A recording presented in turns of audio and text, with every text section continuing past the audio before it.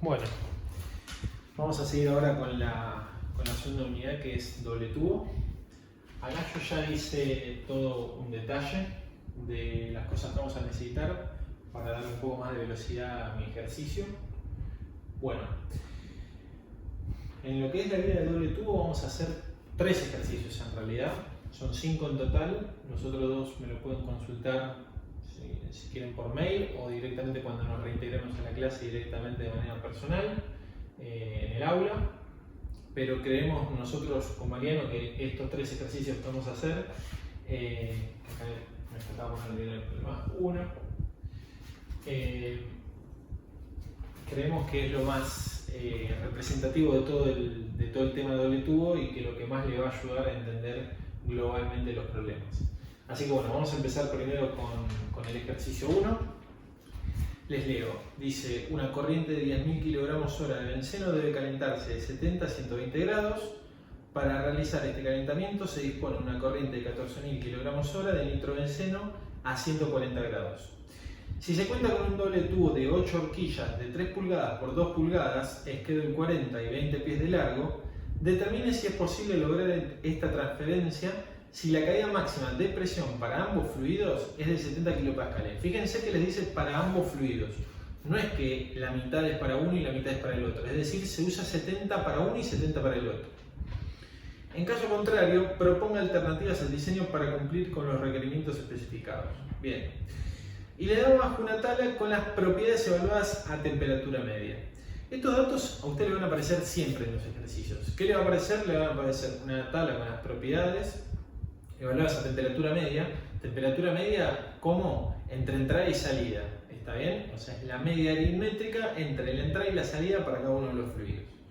Le da de datos la densidad, la viscosidad, el Cp, el K, que es la conductividad térmica, y el RD, que es el factor de ensuciamiento. Fíjense que le da las unidades mezcladas, con lo cual tengan en cuenta eso a la hora de hacer todos los ejercicios de acá en adelante. Bien. Para acelerar, obviamente, ya tengo copiado los datos. Tenemos acá nitrobenceno y benceno. Nitrobenceno, fíjense ustedes que ya ambos caudales yo los puse en kilogramos por segundo, con lo cual ya, más allá de que el dato viene en kilogramo hora, ya directamente pásenlo ustedes a kilogramos por segundo para tener las unidades correctas. Tenemos en el benceno, que es el frío, ya le puse la C, temperatura de entrada y temperatura de salida, ya lo da de dato. Y para el nitrobenceno, que es el caliente, tenemos la temperatura de entrada, que es 140 grados, pero la temperatura de salida no la tenemos. Como siempre, ya sabemos que la otra temperatura que siempre me falta se saca por el balance de energía. Con lo cual acá yo lo dejé en blanco, lo vamos a llenar, lo voy a poner acá. Q es igual a WH por CPH por delta T caliente, que es lo mismo hacer WC por CPC por delta T del frío. Lo hacemos en este caso y me va a dar, como tengo estos dos datos y el Cp está en la tabla, el Cp que tienen que utilizar ustedes es el de benceno, que es 1840 joules sobre kilogramo Kelvin. Corroboren bien las unidades, pero este calor les va a dar 555,5 watts. Bien, como siempre dijimos, esto lo igualamos a esto y sacamos de acá despejo TS. Con lo cual acá TS mayúscula va a ser 99,93 grados centígrados. Bien, aquí me corro así se puede ver. Hice balance de energía, despejé la TS como siempre. Bien. Hice este balance ahora para ya directamente pasar con los próximos datos y después ya con todo el problema. Luego de los parámetros que me dieron de temperaturas, de caudales y de las propiedades que figuran en la tabla, a mí me dan algo que de ahora en adelante va a ser muy importante para todos los equipos, que son los parámetros geométricos. ¿Qué son los parámetros geométricos? Son más que todo las medidas o las características físicas que tiene mi equipo. Con lo cual cada equipo va a tener parámetros geométricos distintos y eso lo hace único a cada equipo. ¿Está bien? Con lo cual es importante que ustedes, lo primero que hagan siempre en un ejercicio es corroborar que tengan todos los parámetros geométricos necesarios para poder empezar a hacer cualquier ejercicio. Si algún parámetro geométrico les falta, puede una de dos, o que quizás no sea necesario que ese parámetro se lo dé de dato, lo cual es raro, o si no, la otra que ustedes lo tengan que averiguar, ¿está bien? Sea por tabla o sea mediante algún cálculo. Generalmente los parámetros geométricos suelen ser todo dato, o a lo sumo si les falta alguno es porque más que todo va a ser un diseño de un intercambiador de calor y no una verificación. Para que nosotros debiéramos bien claro cómo van a ser nuestros ejercicios, nosotros en estos videos o en clase, después cuando ya tengamos presencial la clase, siempre nosotros vamos a hacer generalmente, excepto que yo lo diga en el momento, vamos a hacer verificaciones. Es decir, yo les voy a proponer un equipo, como en este caso, les propongo las variables, los parámetros geométricos, les propongo las variables de ese proceso y vamos a verificar ese equipo. Es decir, que nosotros no vamos a estar diseñando un equipo. Cuando uno se diseña un equipo, la realidad es que para el proceso que a mí me piden, yo puedo tener n cantidad distintas de soluciones. Entonces voy a tener n cantidad de diseños válidos, con lo cual, si nosotros nos ponemos a diseñar un equipo en clase, podemos hacer 20, 30, 100, 200 ejercicios distintos que quizás los 200 equipos van a corroborar lo que el proceso me pide.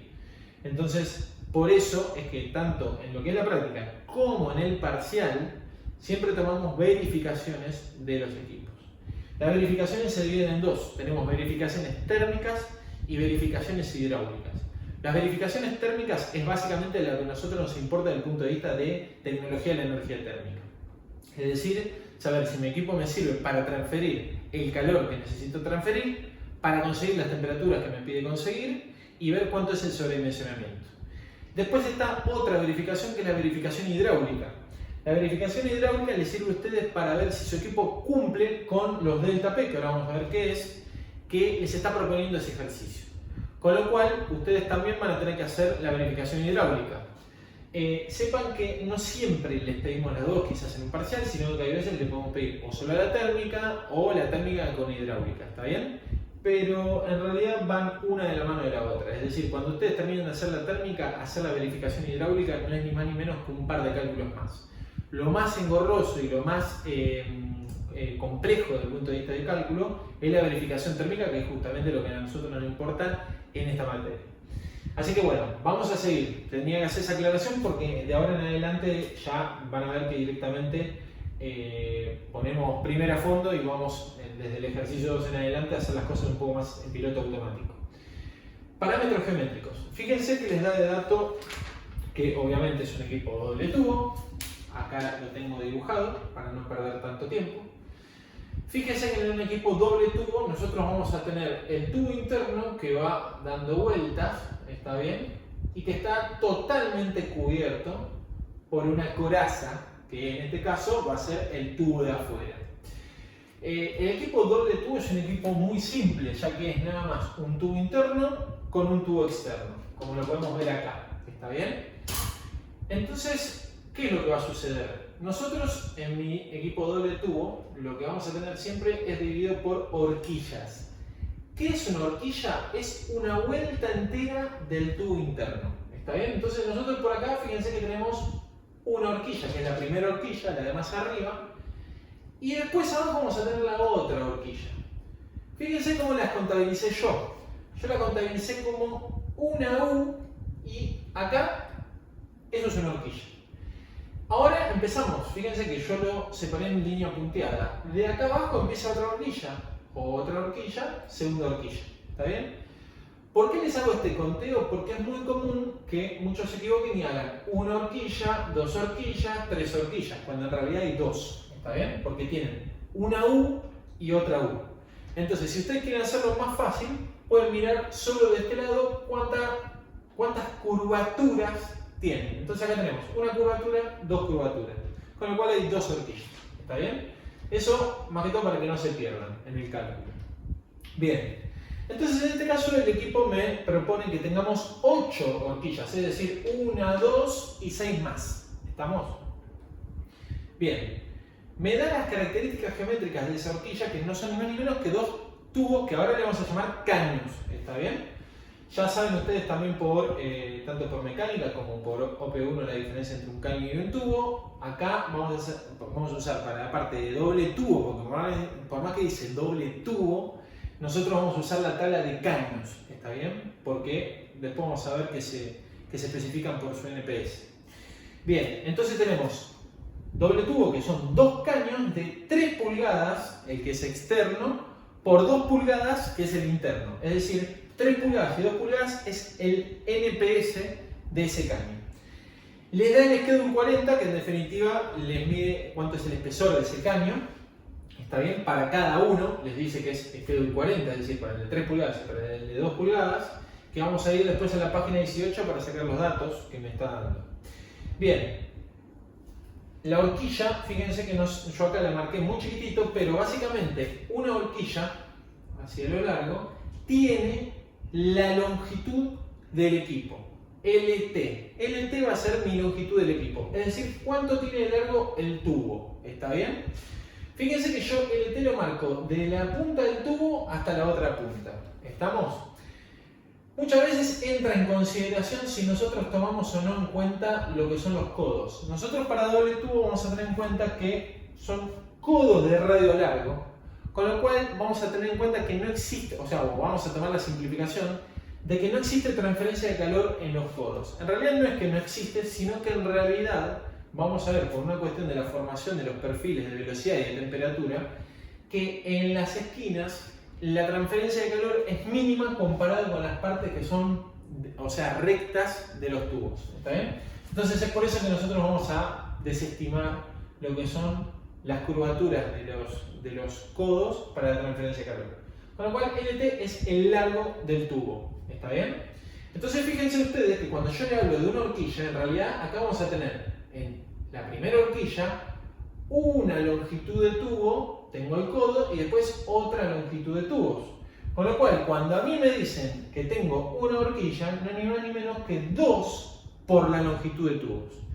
Por ejemplo, acá tengo 20 pies de largo de tubos, con lo cual una horquilla tiene en total 2 por 20 pies. Entonces tiene 40 pies de tubo en total cada horquilla para este equipo.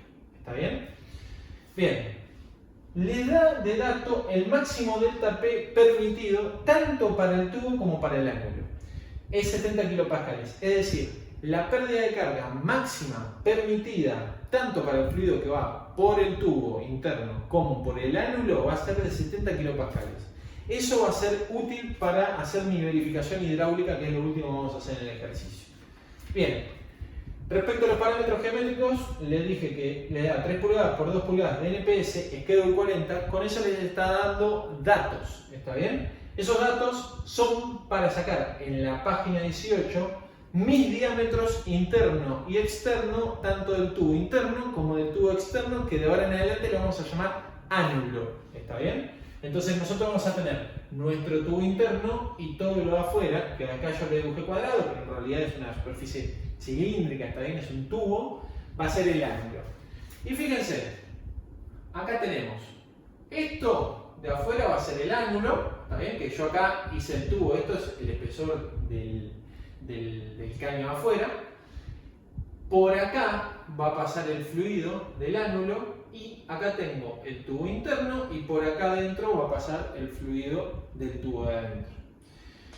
Bien, fíjense que yo marqué DI minúscula y DO mayúscula para el tubo interno, es decir, DI minúscula es el diámetro interno del tubo interno y DO minúscula es el diámetro externo, es decir, me tiene en cuenta el espesor de la pared de ese tubo, del tubo interno.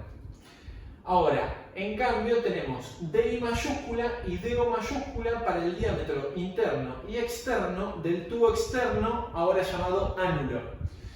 Y fíjense que nosotros, el área que a nosotros nos va a importar para la transferencia de calor va a ser esta parte de acá. Es decir, fíjense que nosotros tenemos el fluido por dentro del tubo que me transfiere calor a través de toda la pared del tubo interno y esa temperatura se va a contactar con esta temperatura acá de todo el fluido del ángulo que va circulando por acá. Entonces mi superficie importante va a ser esa, que es donde se contactan las dos temperaturas y donde por diferencia de esas temperaturas se produce la transferencia de calor. ¿Está bien? Bueno, de los parámetros geométricos en la página 18, perdón que voy haciendo un salteado, pero es justamente para ir hilando todos los temas. En la página 18 podemos sacar los datos que voy a necesitar para mis cálculos. Los datos son 2 pulgadas, que cuando vayan a la página 18 van a ver la primera fila, perdón que estoy mirando de lejos, que tenemos NPS. En esa van a tener que ir al tercer, cuarto, quinto renglón, si no me equivoco, que dice NPS igual 2. Después a la derecha van a tener el DO de ese NPS, ¿está bien? Que ese DO lo van a ubicar acá, ¿está bien? Y después van a ver que tienen una serie de renglones en cada uno de esos NPS que en definitiva le va a marcar cada uno de los schedules, ¿está bien? Van a ver el schedule, perdón que me acerco, que les dice 40ST y 40S. No es ni más ni menos que el schedule 40, ¿está bien? Con lo cual ustedes tomen como válido ese renglón. Y en ese renglón lo que van a poder ahí leer es el diámetro interno, ¿está bien? Con lo cual, para el caso de 2 pulgadas, van a NPS 2 pulgadas en el renglón del schedule 40 y ahí leen el DI y el DO. ¿Está bien? Fíjense que yo acá ya lo puse en metros, en la tabla se lo da en milímetros. ¿Está bien? Ojo con las unidades porque ahora empiezan a existir muchos problemas con las unidades. Y para el de 3 schedule, que va a ser nuestro ángulo, del caño de 3 pulgadas schedule 40, ponemos también el DI mayúscula y el DO mayúscula. Fíjense que lo mío, que le pongo minúscula y mayúscula, perdón, es solamente para indicar el tubo interno y el tubo externo, que ahora es mi ángulo. ¿Está bien? Bueno, dicho todo esto, ya tenemos todo lo correspondiente para empezar con el ejercicio. A ver, las disposiciones que yo voy a tener en el equipo va a ser como siempre contracorriente y cocorriente. Fijémonos lo siguiente: si yo tengo un contracorriente, por ejemplo, voy a llenar por acá, ¿está bien? Fíjense, el azul es el fluido que va por el ángulo, ingreso por acá, va a egresar el equipo así. Entonces, ¿qué pasa? Si yo lo quiero en contracorriente, ¿está bien? Mi fluido de tubo va a tener que ir contrario, con lo cual fíjense acá que puse esto que entra y acá puse esto que entra así, ¿está bien? Entonces ahí, esperen que estoy mirando, ¿está bien? Esperen que estoy mirando por las dudas. Así, así, listo. Estaba corroborando por las dudas por el tema de la flecha, porque las tuve que borrar antes.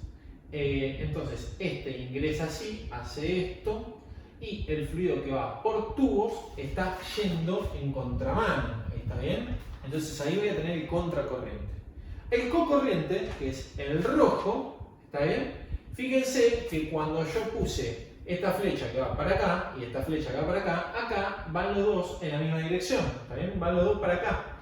Entonces están en la misma dirección, están en cocorriente, ¿está bien? Fíjense que lo único, en realidad, ustedes para hacer esto rápido y no confundirse, tienen que poner un fluido en una dirección y después cambiar el otro fluido en base a si es cocorriente o en contracorriente, ¿está bien? Ustedes ya saben que por más que yo ahora le haga el gráfico de cocorriente, y de contracorriente, ya saben que siempre van a utilizar de contracorriente porque le va a dar el DMLT mayor o a lo sumo igual que el DMLT en cocorriente. ¿Eso a qué le va a conllevar? A que el equipo va a tener la menor área de transferencia. Por lo cual vamos a hacer solo a modo informativo el cocorriente y vamos a utilizar el contracorriente. Bien, hago rápido, ponemos así, tenemos TE, TS, ya dibujo abajo también para mi caso de contracorriente, que es el que me importa.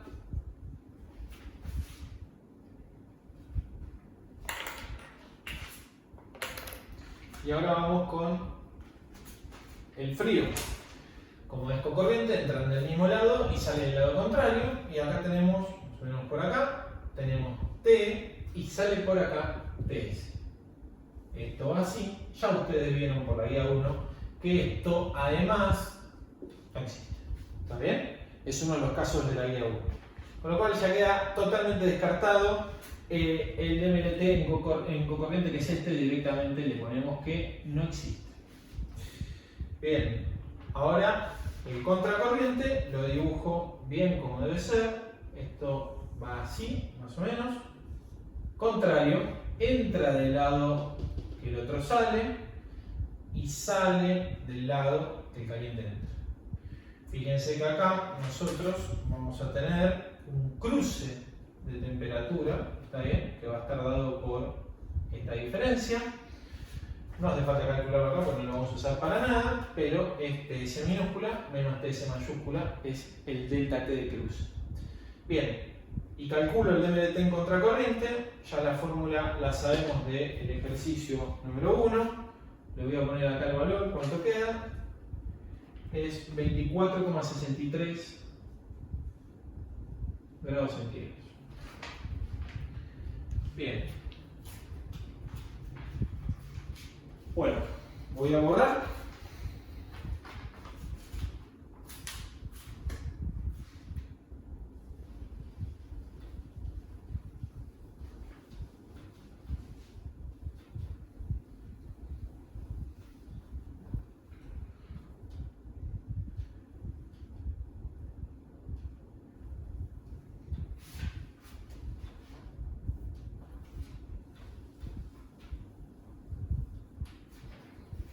Por ahora esto lo voy a dejar acá.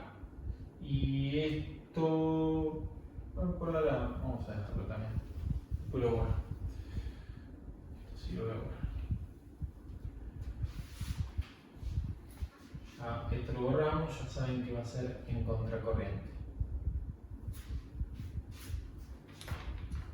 Bueno, bien, tenemos algo muy importante que es lo siguiente. De ahora en adelante vamos a tener dos fluidos que van a ir o por los tubos o por el ángulo. Entonces yo tengo que tener un criterio para seleccionar cuál va a ir por cada lado. Ya algunos alumnos hicieron algunas preguntas en el ejercicio 1. Ahora ya en doble tubo van a entender mucho más algunos conceptos que le quedaron un poco en el aire en el ejercicio 1, lo cual es lógico también. Que es los criterios de asignación de fluidos. ¿Está bien? Vamos a ir viéndolos uno por uno para tratar de ir diferenciándolos y viendo cuál me conviene en cada caso. Bueno, empecemos con velocidad de área. ¿Está bien? Velocidad de área. Velocidad y área. ¿En qué tienen que ver? Bien. Hay varios que han preguntado acerca de lo que era en el ejercicio 1 de las... o sea, ¿por qué nos llegó un mail en particular de por qué mandábamos un fluido por el área mayor y el otro por el área menor y mucho no se entendía? Bien, pero para que se entienda un poquito más de qué se trata esto es lo siguiente. Ustedes cuando hagan el cálculo de las velocidades y el cálculo de las áreas, el cálculo de las áreas es un cálculo propio de las características de esos tubos, ¿está bien? Es decir, el tubo interno va a tener un área interna, es decir, el área de flujo, que es la que a mí me importa, determinada de acuerdo a qué variables tengo yo, qué parámetros, perdón, geométricos tengo. Entonces, el área es un cálculo, en definitiva. El tubo interno va a tener una determinada área y el externo ángulo va a tener otra determinada área que después vamos a ver cómo se calcula. La velocidad, ¿por qué va a estar dada? Y bueno, básicamente va a estar dada por cuánta cantidad de masa va a circular por ese área por segundo, es decir, mi flujo másico, perdón. Entonces, ¿qué es lo que a mí me importa? A mí lo que me importa saber es que mi fluido que tiene mayor caudal másico, perdón, antes dije flujo másico, era caudal másico. El fluido que tiene mayor caudal másico, yo lo voy a tratar de enviar por el mayor área de flujo. Y el que tiene menor caudal másico, lo voy a tratar de enviar por el que tiene menor área de flujo de los dos, o del tubo o del ángulo. ¿A qué se debe esto? Y bueno, es básicamente por lo siguiente, chicos, porque si uno tiene mucha cantidad de masa, en definitiva lo tiene que enviar por la mayor área de flujo posible para tratar de evitar de que tengan una velocidad demasiado alta ahí. Y como contrapartida, si mandan el de menor caudal másico por el de mayor área, van a tener una velocidad bastante baja. Lo que a mí me importa desde el punto de vista de los procesos de transferencia de calor es siempre tratar de tener las mayores velocidades posibles dentro de determinados límites dentro de mi equipo. ¿Está bien? Entonces, este criterio es un criterio muy importante, por eso lo puse también primero. Se trata de algo que le llamamos ecualizar o tratar de poner las velocidades lo más cercanas posibles teniendo en cuenta las áreas distintas, ¿está bien? O sea, lo importante es que no tengan una velocidad que sea 10 metros por segundo y la otra que sea medio metro por segundo, ¿está bien? O sea, tratemos de que sean números no cercanos, pues la palabra no es cercanos, pero que estén dentro de un rango acotado para no tener tanta diferencia en la transferencia de calor en el tubo o en el ángulo. Ya lo van a ir entendiendo a medida que vayamos haciendo cada ejercicio, pero llévense esa idea de que el mayor caudal másico tienen que tratar de enviarlo por el área de flujo mayor y el de menor caudal másico por el menor área de flujo. Bien, suciedad. Suciedad es un criterio que en realidad no hay demasiado por hacer. Es decir, cada fluido tiene una suciedad natural que nosotros no podemos hacer mucho contra eso. Es decir, nuestro fluido es tanto por ciento de sucio y eso es algo con lo cual nosotros tenemos que tenerlo en cuenta para nuestro diseño. Entonces, desde el punto de vista de la suciedad, nosotros vamos a tener fluidos más sucios que otros. ¿Está bien? Pero desde el punto de vista de la limpieza del equipo, que es lo que yo sí puedo hacer para tratar de evitar de que esa suciedad vaya en detrimento de la transferencia de calor, ¿qué es? El fluido que es más sucio lo voy a tratar de enviar siempre por dentro de tubos. ¿Por qué? Porque tanto en mi proceso de doble tubo, en mi equipo, perdón, de doble tubo, como en el de casco y tubo, siempre limpiar los tubos es mucho más fácil, más accesible y más rápido que limpiar el ánulo para doble tubo o la coraza cuando estemos hablando de equipo de casco y tubo. Entonces, siempre llévense como idea, a menos que tengan algún criterio que sea más importante que ese, que el fluido más sucio va a tratar de ir siempre por dentro de tubos y el menos sucio por fuera de tubos. Bien, criterio de viscosidad. El criterio de viscosidad no es un criterio que realmente mucho dictamine mi proceso de transferencia de calor o que me dictamine mucho la asignación de los fluidos. Pero para que tengan ustedes una idea, al menos superficial por ahora, el criterio de viscosidad les va a servir mucho también para el tema de lo que es vibración del equipo, que es algo que se lo pueden llegar a pedir después en proyecto final. Todavía no le vamos a dar la importancia a eso, porque no es propio de la materia. Pero para lo que es viscosidad, la idea, ustedes lo que tienen que tener en cuenta es que el fluido que sea más viscoso va a, de alguna forma, a amortiguar mejor las vibraciones que pueden haber en el tubo o en el caño, ¿está bien? En el caño externo, que es el ángulo.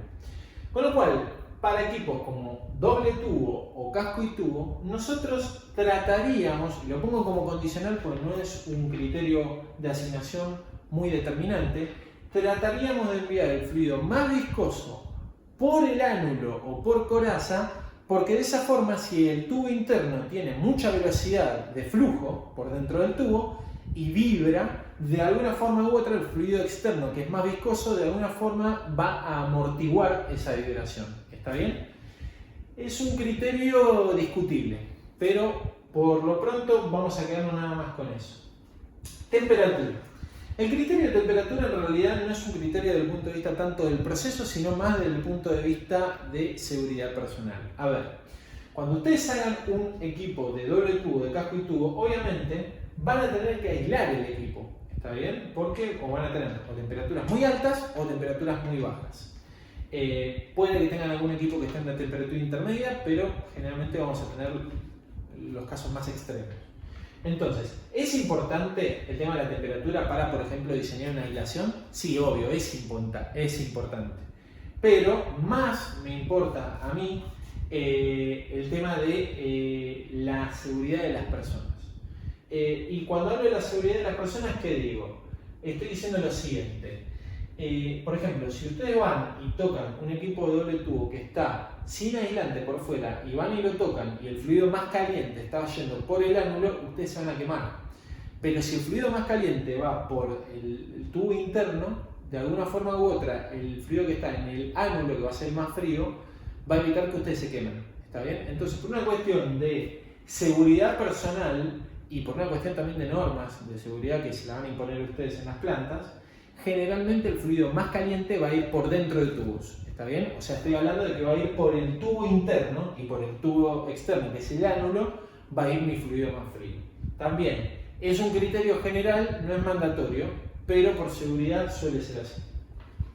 Bien, otros criterios no tan importantes, pero no por eso lo vamos a pasar por alto, es el criterio de tóxico, inflamable, corrosivo. ¿Está bien? El de corrosivo quizá vamos a dejar un poquito de lado porque es discutible desde otro lado, pero el tóxico, el inflamable particularmente, ustedes piensen que si ustedes tienen acá un fluido tóxico en el ánulo o inflamable, si se les pincha el ánulo, el fluido va a caer por fuera al piso o a alguna persona y puede llegar a ser muy peligroso. Entonces, siempre lo primordial es que un fluido tóxico o inflamable vaya por el tubo interno y el otro fluido vaya por el tubo externo, es decir, por el ánulo. En el caso de la corrosión es más discutible, ¿por qué? Porque si ustedes envían el fluido más corrosivo que vaya por el ánulo, lo que les va a pasar ahí es un problema doble, porque les va a corroer la superficie externa del tubo interno y la superficie interna del tubo externo, es decir, del ánulo. Entonces le va a corroer ambos caños. ¿Está bien? Ahora, si ustedes envían el fluido más corrosivo, que también es un criterio que es muy importante, y si quieren acá lo ponemos como corrosión. Si ustedes envían el fluido más corrosivo por dentro del tubo, es mejor porque solo van a corroer la parte externa, es decir, el área interna, del tubo interno. ¿Está bien? Entonces, en ese caso, si ustedes tuvieran que hacer una reposición de materiales, solo se preocuparían por el tubo interno, que es el único que se va a corroer. Y el tubo externo, que es el ánulo, va a salir totalmente inmune de esa corrosión. ¿Está bien? Bien. Y por último está la presión. ¿Está bien? Que la presión también no es un criterio muy determinante, pero para que ustedes se lleven una idea, para trabajarla más, o tanto en lo que es mecánica eléctrica industrial como en ingeniería de las instalaciones, por una cuestión de diferencia de presiones, si ustedes manejan el fluido que tiene mayor presión por dentro de tubos, ustedes se van a tener que encargar de que la pared del tubo interno sea de mayor espesor nada más. ¿Está bien? ¿Para qué? Para soportar esa presión interna que va a tener. Ahora, si ustedes enviaran el fluido de mayor presión por el ánulo, le va a pasar algo similar u homólogo a lo que es la corrosión. Es decir, ustedes van a tener un fluido de mayor presión por fuera del tubo interno y un fluido de alta presión dentro del ánulo. Van a tener una presión diferencial entre el tubo y el ánulo en esa pared, con lo cual, en ese caso, cuando el fluido de mayor presión va por dentro del ánulo, van a tener que preocuparse del espesor de pared, tanto del ánulo como del tubo. Entonces, para redondear, el fluido de mayor presión generalmente se va a enviar dentro del tubo y el de menor presión generalmente se va a enviar por el ánulo. ¿Está bien? Bueno, esos son los criterios de selección de fluidos según estos criterios. Sepan ustedes, porque es una pregunta muy recurrente y siempre respondo lo mismo, no hay un rango de importancia en uno por sobre el otro. Van a tener que analizar cada caso en particular y en base a cada caso en particular ustedes sacar las conclusiones. Pero no hay algo que les diga, bueno, en este proceso van a tener que hacer esto, en este van a hacer esto, en este van a tener que hacer lo otro. ¿Está bien? Bueno, vamos a hacer acá, si quieren, así estamos cerca, el cálculo de áreas de flujo para empezar a hacer mi ejercicio. Áreas de flujo. A ver, las áreas de flujo para calcular son bastante simples. ¿Por qué? Porque nosotros tenemos un área de flujo de mi tubo interno, ¿está bien? Que va a ser todo esto que vamos a tener acá adentro. Y después vamos a tener el área de flujo del ánulo, que va a ser todo esto que pasa por esta corona circular. Fíjense que para el caso de la corona circular, los diámetros que me van a importar van a ser DI mayúscula y DO minúscula. Y para el caso de mi área de transferencia, mi área de flujo, perdón, del tubo interno, va a ser solo DI. ¿Está bien? Entonces yo ahora voy a calcular el área interna, el tubo interno. Entonces, tubos, vamos a tener área de flujo de tubo es igual a, muy simple, pi por DI al cuadrado sobre 4. Esto da 2,165 por 10 a la menos 3 metros cuadrados. Bien, y para el ánulo, área de flujo del ánulo, fíjense que acá le puse la A y acá la T. También vamos a hacer el área de flujo de la corona circular, ¿está bien? Vamos a tener DI al cuadrado menos esperen que lo estoy mirando, DO minúscula al cuadrado dividido 4. Esto me va a dar 1,9 por 10 a la menos 3 metros cuadrados.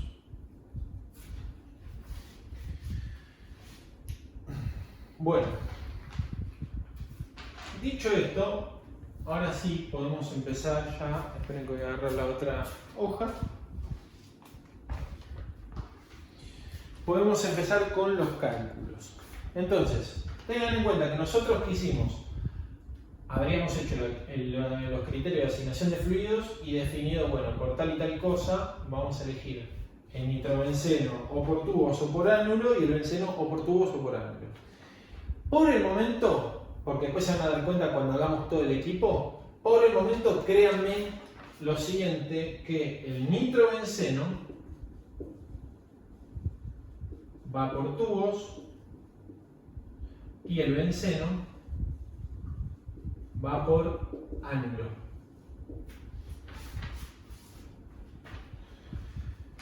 Bien.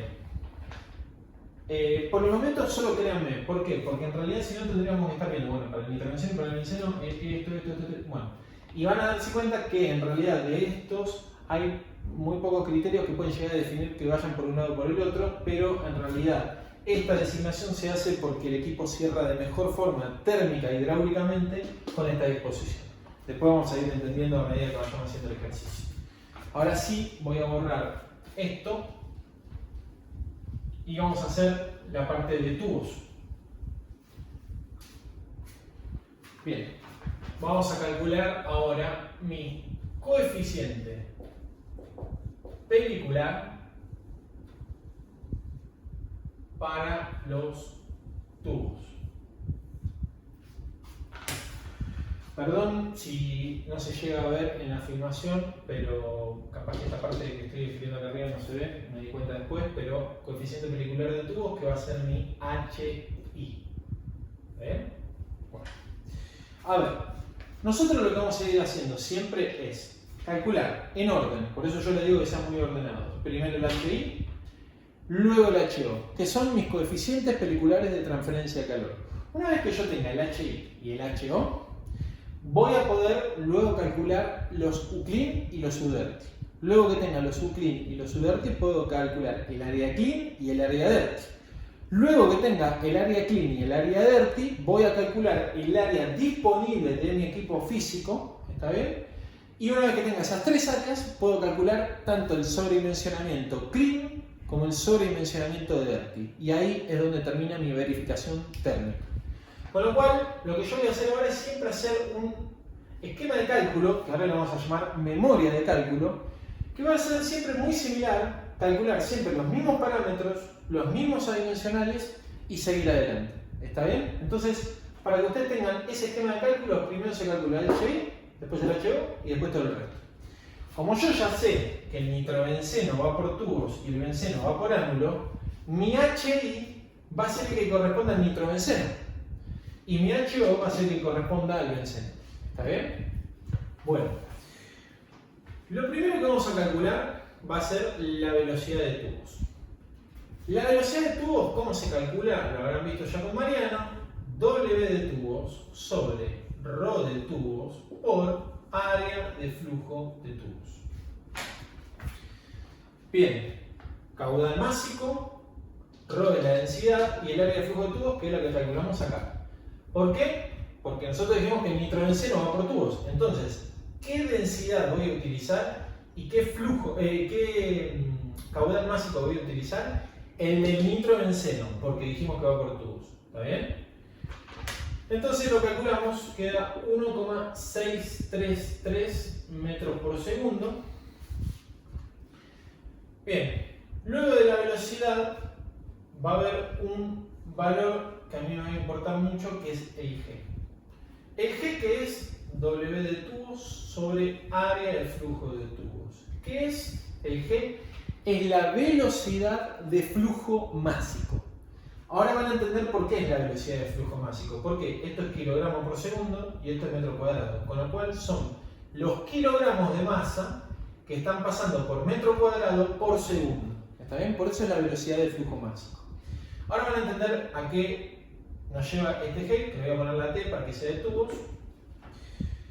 Mi G da 1796 kilogramos sobre metro cuadrado segundo. Bien.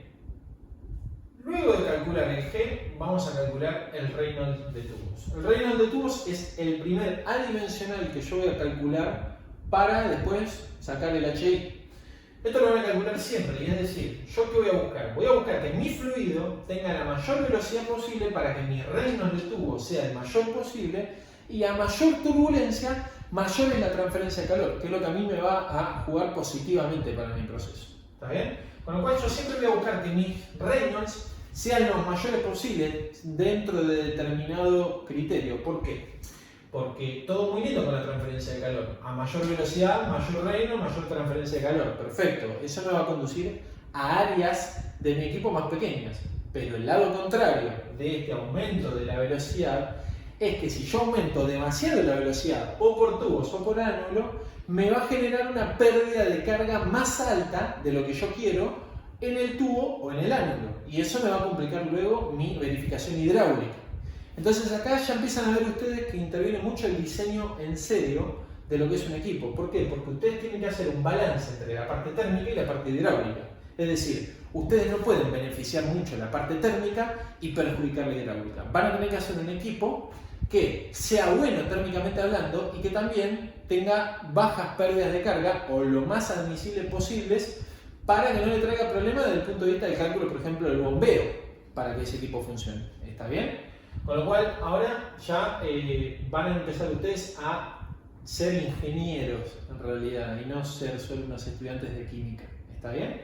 Ahora van a empezar a ingeniársela cómo hacer que un proceso cierre lo mejor posible, tanto térmica como hidráulicamente. ¿Está bien?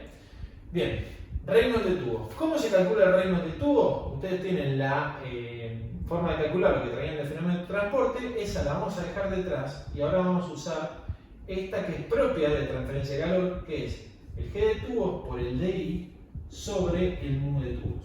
¿Está bien? Bien, esto le va a dar el siguiente valor: 132.459. Bien, y acá voy a hacer un parate. Fijémonos en lo siguiente: 132.459 es un buen número de Reynolds. ¿Cómo es bueno o es malo? Fijémonos en lo siguiente. Nosotros, para hacer todos los procesos, vamos a tener algo que se llaman velocidades recomendadas. Es decir, ¿qué son las velocidades recomendadas? Son, según los diseñadores que tienen años y años en esta materia, son las velocidades en las cuales, si ustedes se manejan entre determinados límites, generalmente el equipo les va a cerrar bien, tanto térmicamente como hidráulicamente. ¿Está bien? Con lo cual, lo que yo les recomiendo es, más allá de que ustedes quieran sacar toda su creatividad de adentro, es que se traten de limitar a las velocidades recomendadas. ¿Por qué les digo? Porque si no van a empezar a tener problemas para cerrar los equipos. ¿Está bien? Entonces, si les damos una recomendación es justamente para que traten de usarla. ¿Está bien? Y si no la quieren utilizar, sepan ustedes que van a tener que ingeniársela para que esa salida de lo recomendado les pueda cerrar igual como equipo. ¿Está bien? Para lo que es tubos, ¿está bien? Acá en este caso el equipo doble tubo es tanto el tubo por adentro, o sea el tubo interno, como el tubo externo que es el ánulo. Pero después en casco y tubo vamos a ver una diferencia. Pero para el caso de tubos, siempre la velocidad recomendada por dentro de tubos se especifica en un mínimo más o menos de 1 metro por segundo y en un máximo de 2 y como muy máximo 3 metros por segundo. ¿Está bien?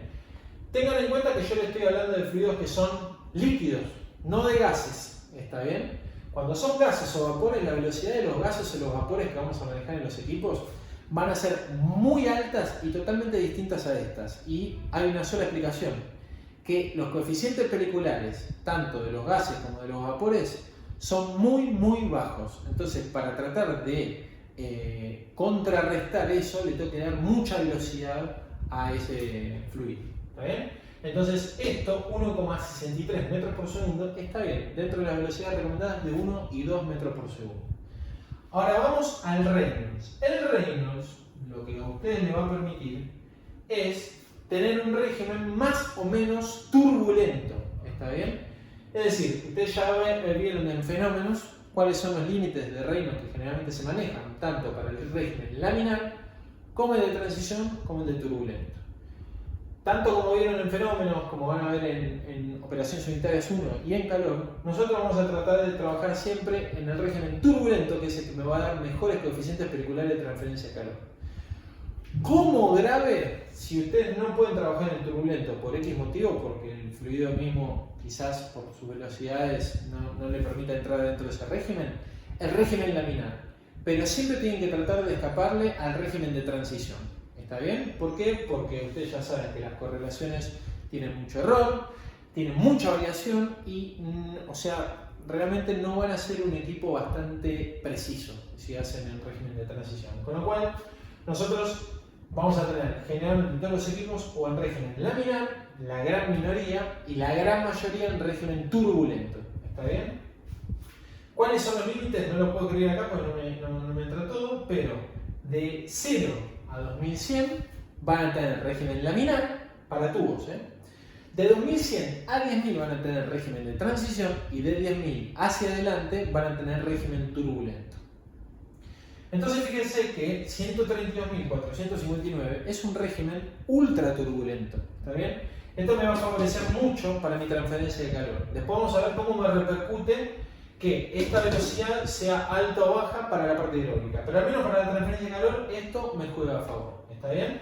Con lo cual, este Reynolds es un Reynolds de tipo turbulento y me va a conllevar a mí tener buenos coeficientes de transferencia de calor, que ahora los vamos a calcular.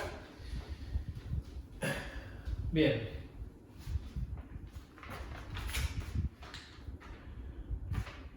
Antes de pasar a calcular ya los coeficientes de transferencia de calor, vamos a calcular otro adimensional que se llama Nusselt. ¿Está bien? Ya los están viendo los adimensionales con Mariano, con lo cual acá no voy a repetir eso, sino que directamente voy a ir al uso de estos adimensionales. El adimensional Nusselt se va a calcular con correlaciones. Yo no dije ecuación, fíjense, dije correlación. Es decir, que esta correlación sale de datos experimentales. ¿Está bien? Con lo cual, vamos a tener diversas formas de calcular el Nusselt. No es que siempre se va a calcular de la misma forma, porque es una correlación. Entonces vamos a ver que algunas correlaciones se aplican a determinados fluidos y a determinadas condiciones, y otra correlación aplica para otras determinadas condiciones. Para lo que es régimen laminar, que ahora no lo estamos utilizando, nosotros vamos a tener una correlación de Nusselt, que igual ahora se lo voy a dar de modo informativo cuando termine esto. Pero, como nosotros acá tampoco estamos en transición y estamos en turbulento, que lo voy a poner acá, perdón, esto estamos en turbulento, acá vamos a utilizar una correlación que vieron con Mariano, que se llama, para dentro de tubos, correlación de Sider y Tate. Es el nombre de los autores de esa correlación.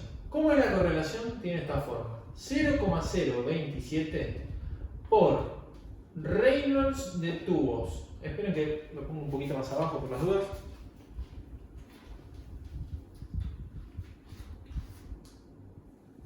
Nusselt de tubos es igual a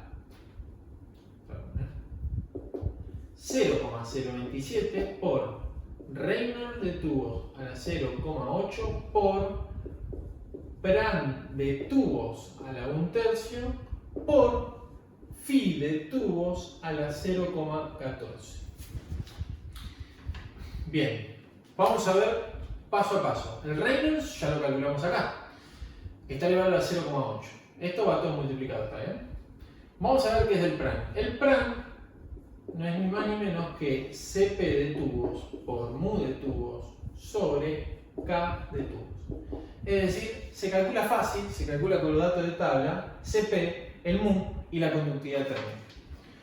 Fijémonos, para este caso es 9,904. A ver, ¿por qué usamos la correlación de Sieder y Tate? La correlación de Sieder y Tate aplica para fluidos líquidos, soluciones diluidas, ¿está bien? Gases o vapores, pero hay una sola excepción que es el agua. Si es agua pura el fluido que está circulando por dentro de tubos, no se aplica la correlación de Sieder y Tate y se aplica otra correlación especial para agua que ya la vamos a ver en un ejercicio aparte. ¿Está bien? Entonces, ¿por qué utilicé la correlación de Sieder y Tate? Que acá la voy a poner, pero lo pongo en rojo. Entonces sería la de Sieder y Tate. Porque en este caso era el nitrobenceno que va por tubos, es un fluido líquido. Me olvidé decirle fluidos líquidos, vapores, gases, orgánicos o soluciones diluidas, excepto el agua. Para todo eso aplica Sieder y Tate.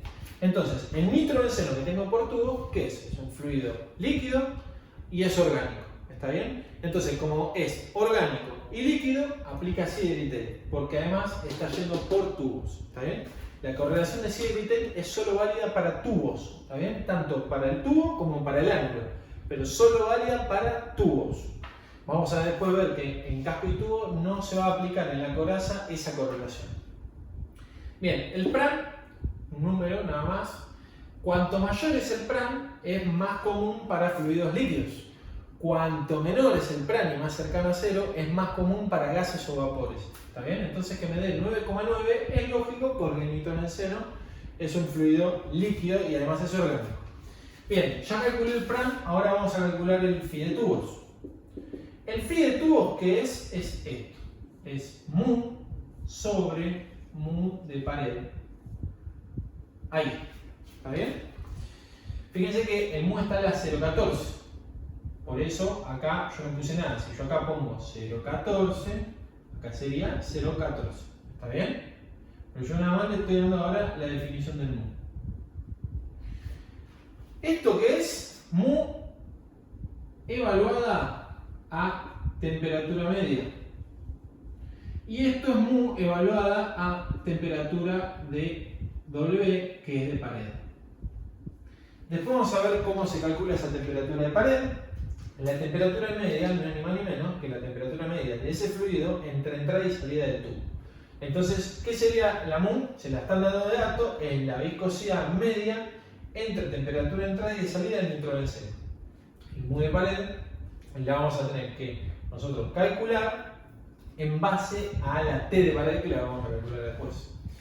Bien, como nosotros por el momento ni calculamos ni nos da de dato el mu W, nosotros por el momento vamos a tomar como válido que el phi de tubos es igual a 1. Tengan en cuenta que esto es una simplificación que se hace. En el parcial, a menos que le dé de dato el mu W, ustedes esto lo pueden considerar 1. Pero si le da de dato el mu W, lo tienen que calcular. ¿Está bien?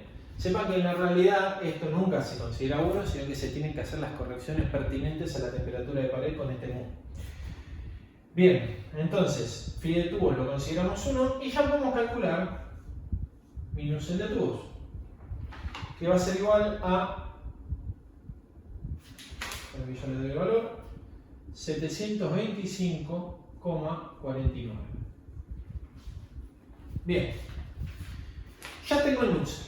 ¿Y para qué me sirve el Nusselt? Bueno, porque el Nusselt se calcula por esta correlación, pero por definición el Nusselt es igual al HI por el diámetro interno sobre el K de tubos.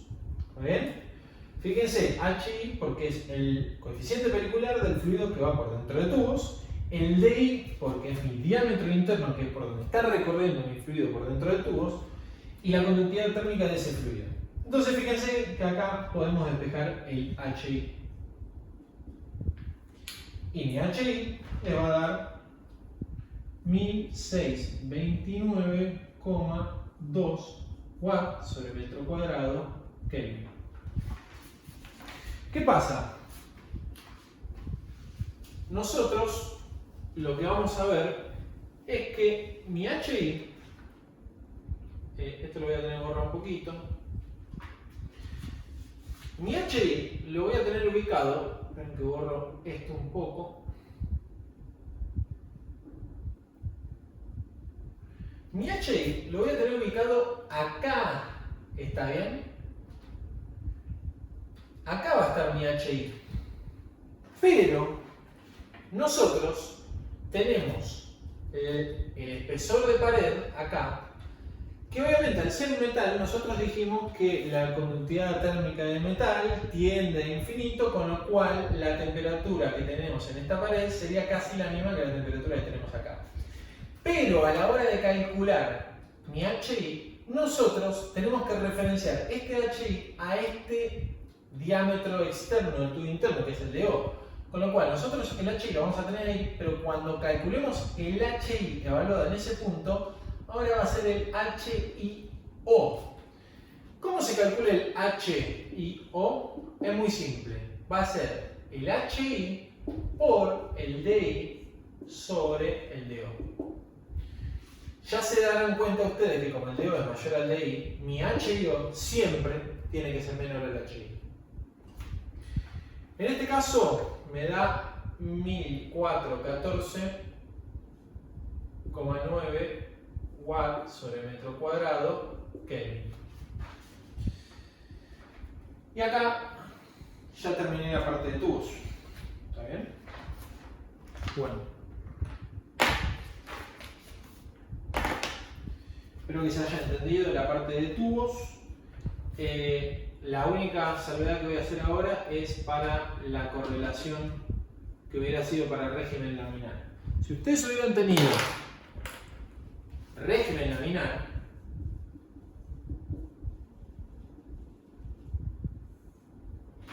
la correlación que aplicaba iba a ser la de nuces de tubos igual a 1,86 por Reynolds de tubos por Pran de tubos por DI sobre L de tubos, que después vamos a ver cómo se define eso, a la 1/3 por Phi de tubos a la 0,14. Fíjense que hasta ni yo me la acuerdo casi de memoria porque casi nunca lo usamos. ¿Está bien?